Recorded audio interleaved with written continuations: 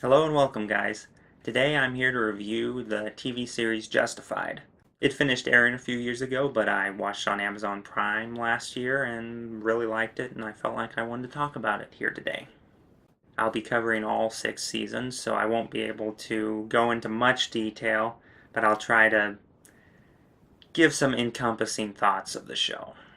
Even though this show has been off the air for a few years, I'm gonna keep this review spoiler free. Yeah, it follows U.S. Deputy Marshal Raylan Givens, played by Timothy Olyphant, and I really wanted to watch this show because I've always liked Timothy Olyphant and wanted to see him in a starring role somewhere. When I think of what I've seen him in, it's never been movies or TV shows that have very much credibility. So I wanted to watch something that was actually good with him in a starring role.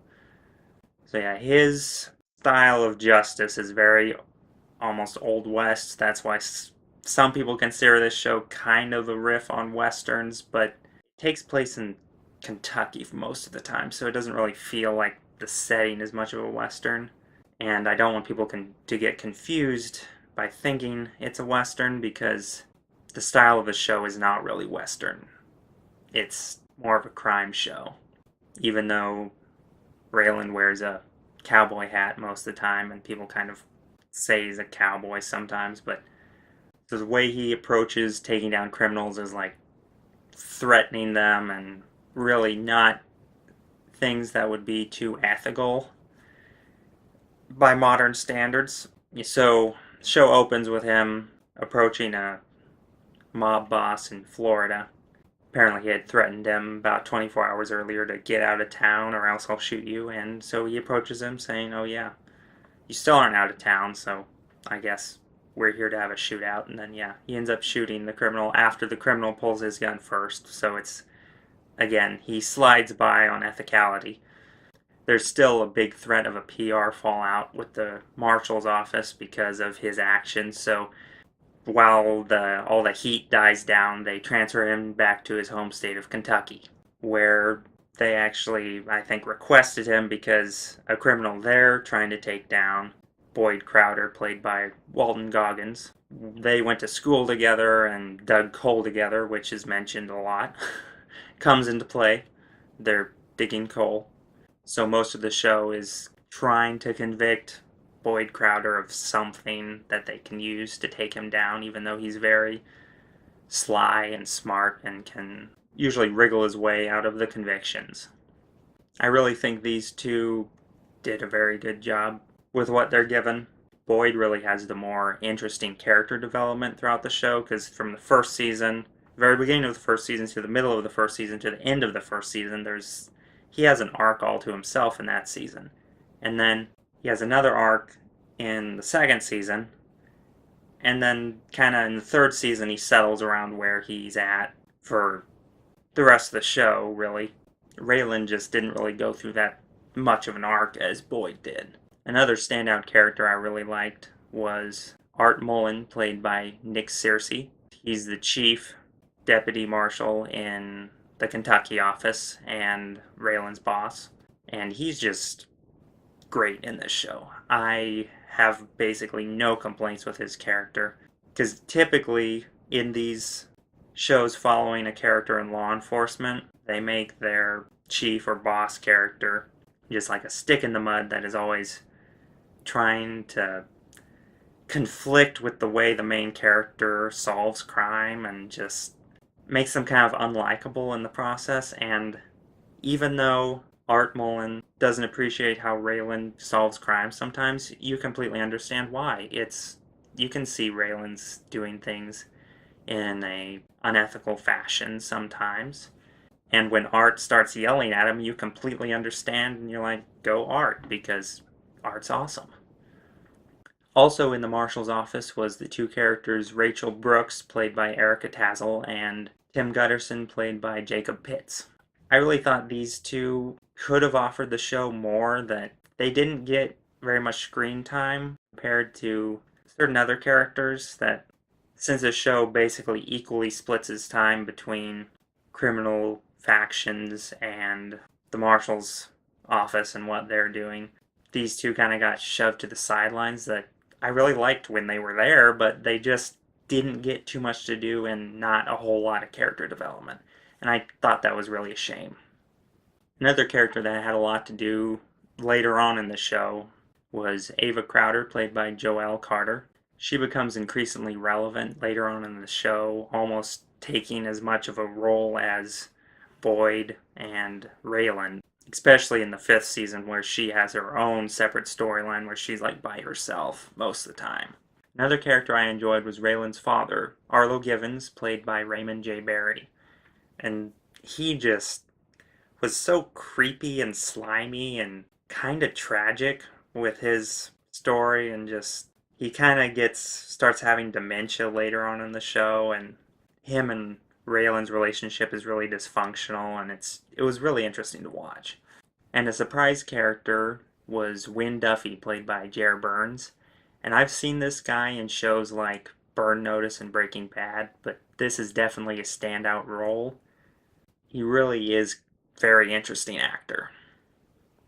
I really liked how this show carried itself throughout its 6 seasons, that it would bring in a new criminal faction every time, so you'd get brand new characters and a brand new story for them. And I liked how all these criminal factions were always vulnerable. There wasn't ever one that felt too powerful, like there were like these overlords that no one could do anything about. Especially when there was supposed to be this big mob out of Detroit coming down in the 3rd season with Neil McDonoghue's character. I really liked the direction they took that, with his character being extremely vulnerable and entertaining. He was very entertaining, but sadistic too. But hilarious at the same time. Sadistic, hilarious, psychotic. Yeah, about all the villains were really great in this show. Even the ones that, when they were first introduced, I thought, are these guys going to be as good as the last season? But eventually they won me over. Like, that's how I felt with the 5th season, that followed a smaller character, Dewey Crow, which in the earlier seasons I didn't really think much was going to ever come of him, but then he's basically a main character in the 5th season, and I really thought that was an interesting choice that I really had no complaints about, and it kind of follows him and his cousins. And that season really exceeded my expectations, mainly because of what they chose to do with them. And with the vulnerability, like, it's interesting to watch Boyd's criminal faction, kind of their ups and downs, because they just so unlucky a lot of the time. The one villain that I had some problems with was about the very last villain that is a physical opponent to Raylan that wants to have a shootout with him, and this character named Boone, that he was just so slimy and just kind of in the way that makes your skin crawl, and he wasn't quite as enjoyable as an on-screen presence as some of the other ones that were still slimy as well, but this guy was just took the slimy to the max, and I don't know, I didn't think that he was the best ending villain of the show, even though he's more of a henchman to Sam Elliott, which is another villain that you don't see Sam Elliott as villains too much, and there are a lot of recognizable co-stars and guest stars on this show. At least from what I've been exposed to, I knew a lot of people. It was a lot of fun to just look and say, hey, there's that guy, I know him or her.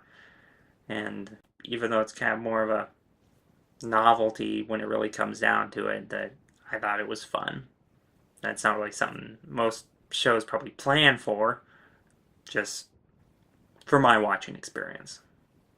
This show also had a lot of good quotes. Like, if I was writing them down as I was watching them, I'd probably have a notebook full.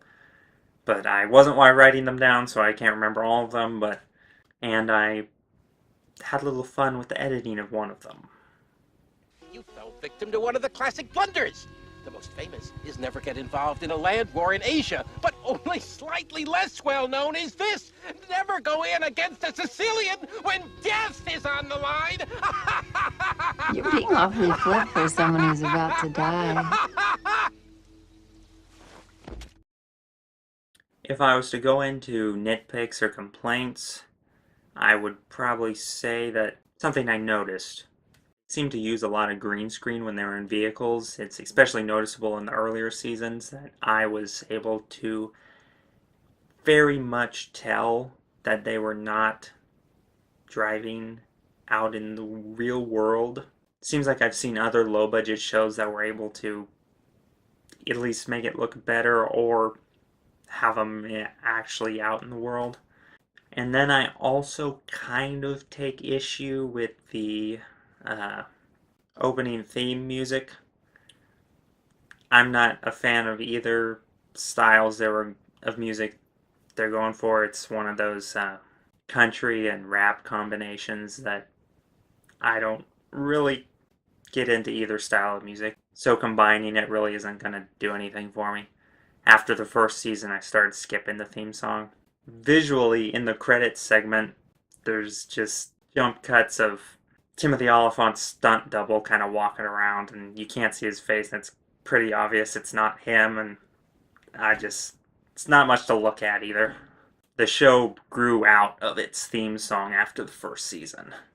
And this song I saw was nominated for an Emmy, so I'm probably an unpopular opinion with it, but that's just how I felt. Another thing that kind of bugged me was there's this song that they make sure to play every season. I don't know if it's the most famous song about Harlan County or the song they thought fit the best about Harlan County, but every time it was used, it was so on the nose. It felt like the show was coming up to you and doing this once every season, and I kind of bugged me that they felt like they had to use it every season. And as I like to rank things, usually I have a ranking of seasons. Say a little bit about the seasons as I rank them. That I think my favorite season was the fourth season, because it just turns the formula on its head almost. Instead of initiating the storyline with following a new criminal faction, it initiates it with finding a bag in a wall, and then the story goes from there.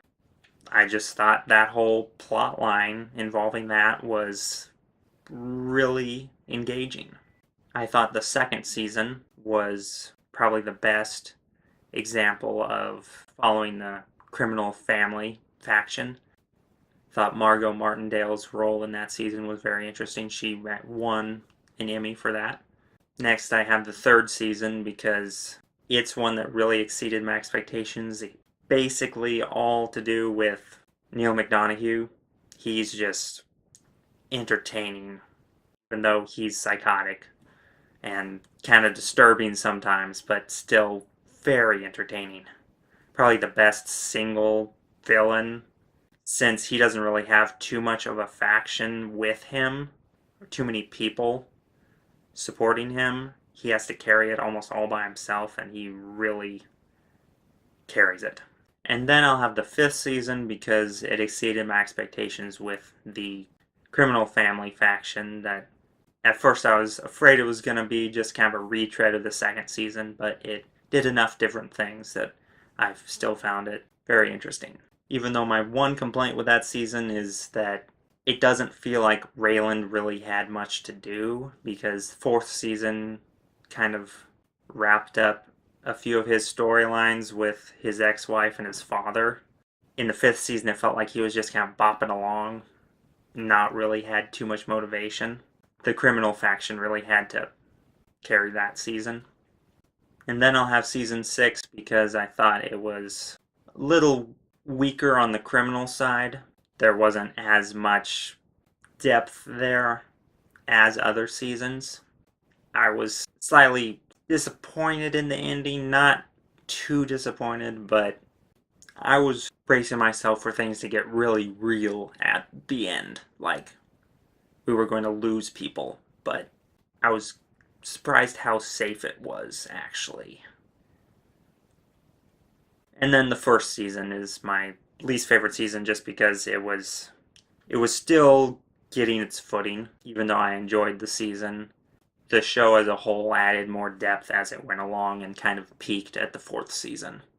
And as for a content advisory, for those of you who watch that, it is pretty firmly in the mature adult territory. It's not the worst for sure. It's no HBO nudity convention, even though there is a lot of content sprinkled throughout. It could be a lot worse. It just matters on if you watch adult shows already, it's probably not going to exceed anything you haven't seen before. If you don't watch very many adult shows, I'd say find a content advisory somewhere for a better description than I can give. Anyway, I really like this show, probably even more than I can really express here. I thought it was very dynamic. A lot of layers with so many characters. They balance. It's a balancing act all throughout, basically, after the first season. If you like this, don't forget to click the like button, and if you'd like to see more TV reviews or movie reviews or any reviews, really, don't forget to subscribe and leave your thoughts in the comments below. And we hope to see you here again soon. See ya.